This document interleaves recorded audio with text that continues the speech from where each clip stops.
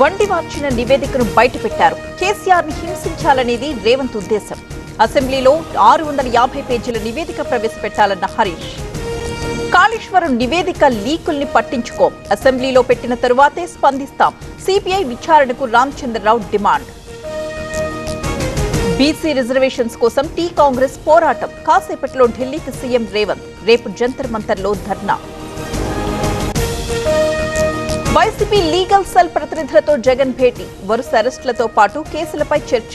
నేతలకు న్యాయ సహాయంపైన ఫోకస్. అమరావతిలో నారాయణ పర్యటన. వేగంగా రాజధాని నిర్మాణ పనులు. అభివృద్ధికి సింగపూర్ సాయపడుతోందన్న మంత్రి. పులివెందుల ఒంటిమిట్టకు జెడ్పీటీసీ బైపోల్. నేటితో ముగియనున్న నామినేషన్ల ఉపసంహరణ. పులివెందుల బరిలో బీటెక్ రవి భార్య. ఢిల్లీకి కేటీఆర్ సహా బీఆర్ఎస్ నేతలు. కాసేపట్లో ఈసీ సమావేశానికి హాజరు. ఎన్నికల సంస్కరణలు, ఇతర అంశాలపై చర్చ.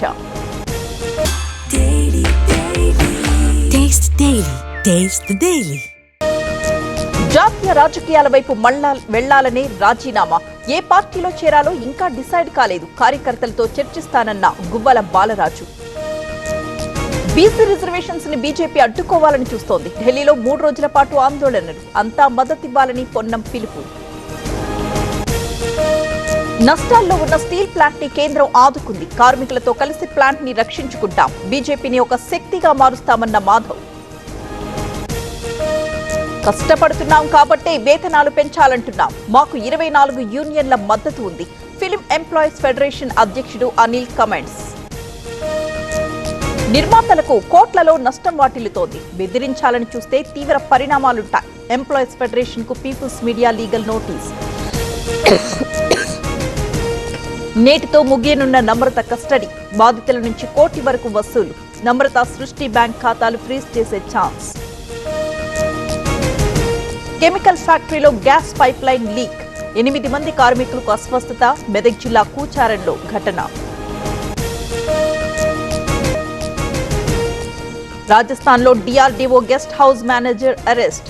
పాకిస్తాన్ కు సమాచారం చేరవేశాడని ఆరోపణలు. కొన్ని నెలలుగా మహేంద్ర